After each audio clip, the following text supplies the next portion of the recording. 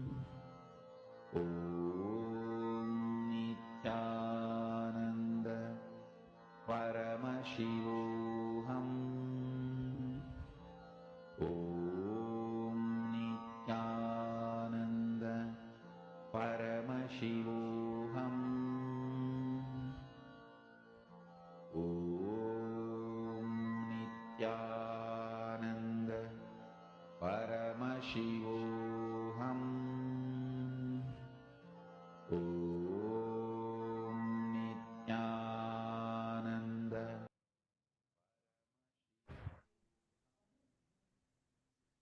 Please relax. All of you can slowly settle down. Hope all of you manifested and hope all of you had a wonderful night today. Do not miss tomorrow. Tomorrow we have an exclusive special live darshan. Be join us by 3 p.m. to prepare for the darshan and let us all get ready to receive the darshan tomorrow. This brings us all to the conclusion of our day today and let us conclude with the Purna Mantra. ॐ पूर्णमदः पूर्णमिदं पूर्णात् पूर्णमुदच्यते पूर्णस्य पूर्णमादाय पूर्णमेवावशिष्यते ॐ शान्ति शान्ति शान्तिः हरिः ॐ तत्सत् सर्वं भगवत् श्री नित्यानन्द परमशिवपादुकार्पणमस्तु ॐ नित्यानन्दम्. Thank you all, Nithyanandam.